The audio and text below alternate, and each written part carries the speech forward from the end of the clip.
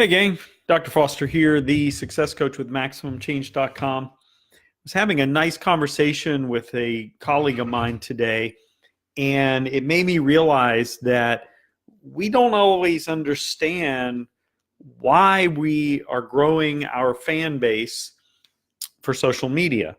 And so I thought I'd spend a few minutes today talking to you about the importance as a small business owner in growing our fan base and what we're actually doing, why we're doing it when we grow our followers.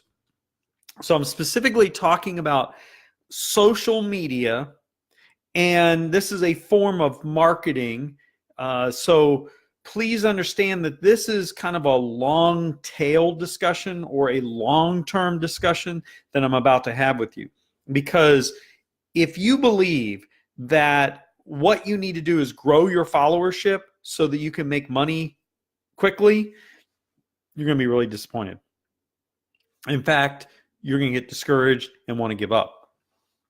So I want you to listen really carefully as I walk through some of the things that I've learned in my 15 years as a business coach, 19 years as an entrepreneur. And I started out my business 19 years ago when the internet was still in its infancy.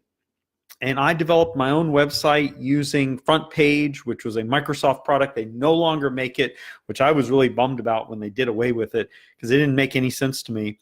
But they didn't want to compete with Adobe, I guess. And now you can do web-based development like Wix and some other websites. So that's another subject for another time. Let me explain to you where I was about a year ago.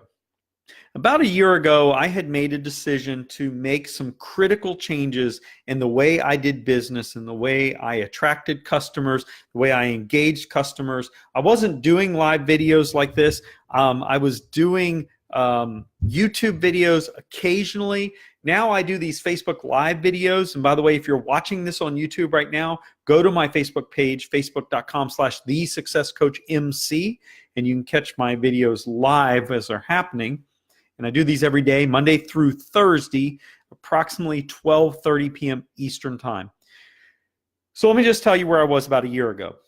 I decided to make some changes, critical changes in how I was attracting customers, who I was attracting, what my product service niche was, and who my target audience was. And I started to understand that I was woefully inadequately prepared. Easy for you to say, and I have the doctorate. I was not prepared for the reality that I did not know enough about social media and advertising. In fact, over the last few years, I've very haphazardly advertised on things like Facebook, and I didn't understand what I was doing. So I made the decision that I was going to really dig into learning how to advertise, because at the time I was bootstrapping and I didn't have the funds, the resources to just hire someone to do it for me. And trust me, that's the best way to do it. If you don't know how to do something, it's better to focus on what you're good at and let someone else do what they're good at. But because I was in a position where I had to bootstrap, and many of you are in the same way, you don't have a lot of money probably, and that's okay. That's the way we start businesses. I had to learn how to advertise. And I just picked up this book recently, and I'm going to go through it because I still have a lot to learn. Facebook Advertising by Sage T. I haven't really started reading this book, so I'm not showing this to you as an endorsement that you've got to get this book, but it includes how to target specific groups, create ads, write copy, assign budgets, and run A/B split tests. And it's really important you know how to test your ads and so forth. So anyhow, there are plenty of resources out there. I think this was about $16 on Amazon. But hear me, I started out, I had maybe 90 followers on Facebook. On this page that you're on right now, I had about 90, 98, not quite 100 followers on the Facebook page. And quite frankly, the followers that I had were friends and family, and there's not anything wrong with having friends and family on your Facebook page. In fact, that's usually where you start, is with the low-hanging fruit. You find someone that you know and say, hey, follow me on Facebook, but they're not your customers. All they are is filler. And I'm going to get to that discussion about filler here in a moment. So I had about 90-ish, less than 100 followers on my Facebook page, the one that you're on right now watching this video. If you're on YouTube and you're watching this video, go over to my Facebook page. I've already mentioned that. And so anyhow, I had about 90-some followers, and I decided that I was going to need to get serious about my followership and my customers, my fan base. And so, hold on a second. I'm putting the Success Coach MC. Okay, I put my link over there too for those who are catching it on a copy, on someone that's forwarded this out to their friends. So I decided I had to get serious about my fan base and my followers. And I realized I didn't know how to do it. So I haphazardly started advertising and putting my link out there everywhere, just like I just did there, and just flooding the market with this guy, the Success Coach. And in fact, I decided that was the time to call myself the Success Coach. So who are you? What are you going to do? The Success Coach kind of tells the target audience that I'm going to help you be successful. In fact, I help build stronger businesses. I am the Success Coach. And I have been a business coach and consultant for 15 years now. And I've helped thousands of business owners, entrepreneurs around the world build and scale and help their businesses thrive. But I realized that my woefully inadequate Facebook followership needed to be dealt with. So I had the less than 100. So I started advertising, and I advertised basically learning how to use Facebook ads.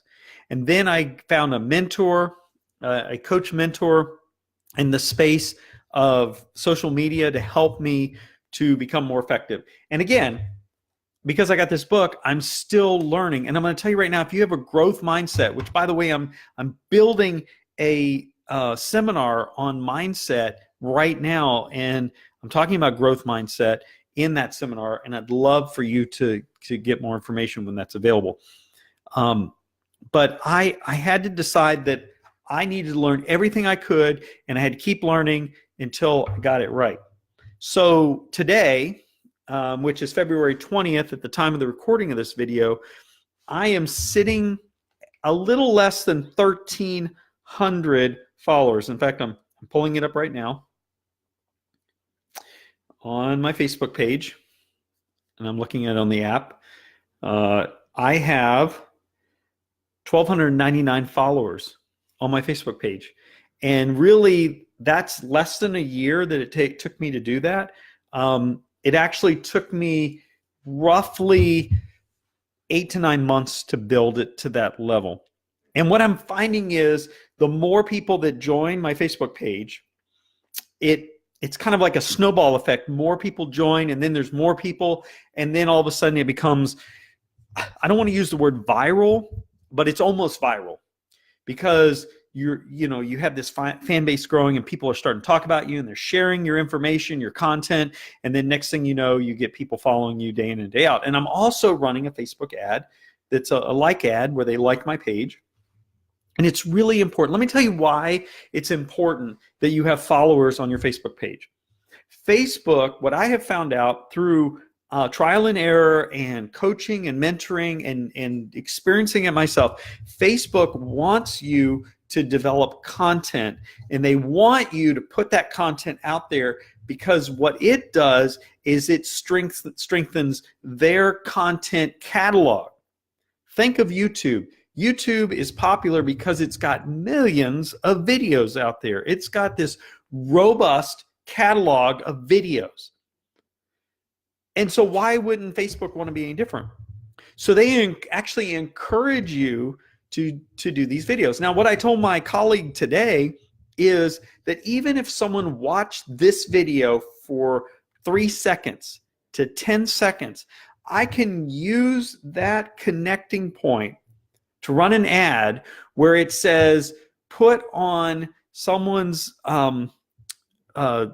wall on their stream of information that flows through Facebook, put on there, for anyone that's watched my videos for 3 seconds or 10 seconds, show them my ad. So every time I run a video, it captures that information. And so if you watch my video for 3 seconds or longer, you might see my ad on your Facebook wall or somewhere on Facebook advertising. Now I'm just giving you away a little secret, not because I want to turn you off from my advertising, but I want to show you how powerful that is. Facebook actually wants you to put free information out there because they're going to use it. And that's a good thing for you if you're selling a product or service because of your content. Now for me, my content, it bolsters and edifies my service, which is coaching, mentoring, and consulting. But let me go one step further, because I was talking to my colleague about this, and we were talking about Instagram. Now, Instagram is owned by Facebook. So there's this cross-pollination that goes on. When you run an ad on Facebook, it also appears on LinkedIn. And you can actually do Instagram Lives over there, which is really cool. So my friend said to me, I have all these followers and they're really not, my target audience. And I said, you know what? Right now, they're filler. Remember I mentioned filler a little bit ago? When you have, in the early days of followers on Instagram or Facebook, a lot of those people are what I call filler. And so he has filler that he has on his Instagram account. He's like, yeah, but they're not really my audience and so forth and so on. I said, you don't understand. What's happening is when you hit a threshold with Instagram, and some of you don't know this, but when you hit the 10,000 mark or thereabouts, and you can actually do a search for this and it'll tell you the exact parameters that you'll need to reach. But around 10,000, new features turn on in Instagram. Like you're able to add a link to your post. Really critical.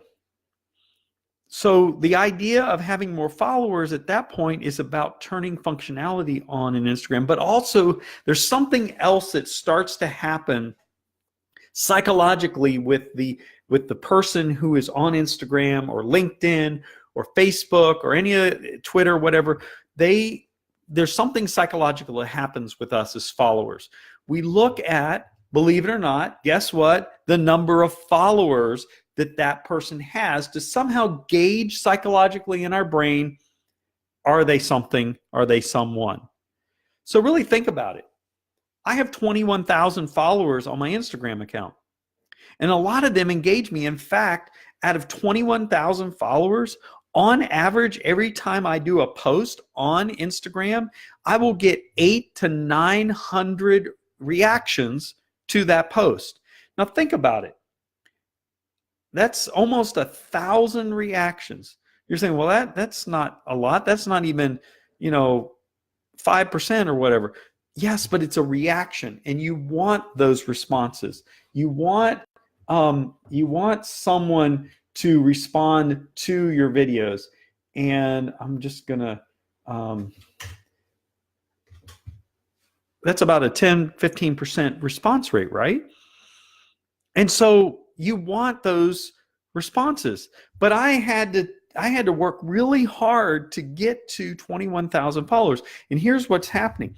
I have to do a post on Instagram 2 to 3 times a day in order to keep people interested in what I'm doing. And I do an Instagram Live, and I do posts and all sorts of things like that. The other thing that I want to mention to you is that when it comes to Facebook, you have to do regular posts. Now, the reason why I do my Facebook Live at a certain time every day is because followers get into this mode or habit of things, and they want to follow you at certain times of the day for certain reasons. But I also post motivational pictures and text and whatever on a regular basis. Now, I probably do it more than needs to be done, but I do starting at 8 o'clock Eastern time through 8 o'clock in the evening Eastern time, so 8 a.m. to 8 p.m., I have it scheduled to do a post every day at that every hour. And I actually have it done at about 5 minutes after the hour. So at 8:05, 9:05, 10:05, and so forth, I have it scheduled for for that post to go live. And so the reason for that is that there are these algorithms that Facebook runs, and I'm not even going to pretend to understand all their algorithms because, again, that's why I'm reading books. But they have these algorithms, and the more you post on a consistent basis, and again, for me, it's about 5 minutes after the hour for 12 hours a day, it creates in their algorithms this idea that you are a legitimate content provider. And in many cases, you become a thought leader. And so what they do is they weigh more heavily on the algorithm somehow, so that when you're advertising and so forth, you become more legitimate in the eyes of Facebook. Now, again, I'm not going to pretend to understand all this, but I'm going to tell you it's working. I mean, I've grown, my Facebook followers. I've grown my Instagram followers. Right now, between all of my social media, I have about 40,000 followers, and that doesn't even count my newsletter, my email list, which is a couple thousand more. And the whole purpose behind these followers is not necessarily to get rich quick. Again, I mentioned earlier, if you're looking to get rich quick, you're going to be woefully disappointed in this. But here's what's cool. I have about 10,000 followers on LinkedIn, and I didn't pay a dime for them. And one day I will explain how I did that. But I raised 10,000 followers in 8 months. And actually, I went from about 1,000 to 11,000 in 8 months. So yeah, about 10,000 followers I picked up in 8 months. And out of those followers, I'm starting to get prospects for my business for coaching and mentoring. Now, I tell you all this because I want you to understand that the reason why you build your fan base first and foremost is to create legitimacy of who you are and what you do. The second reason why you have a fan base is to then grow the target audience of that fan base. Now, the people that come on early, many of them, if not most of them, will eventually fall away.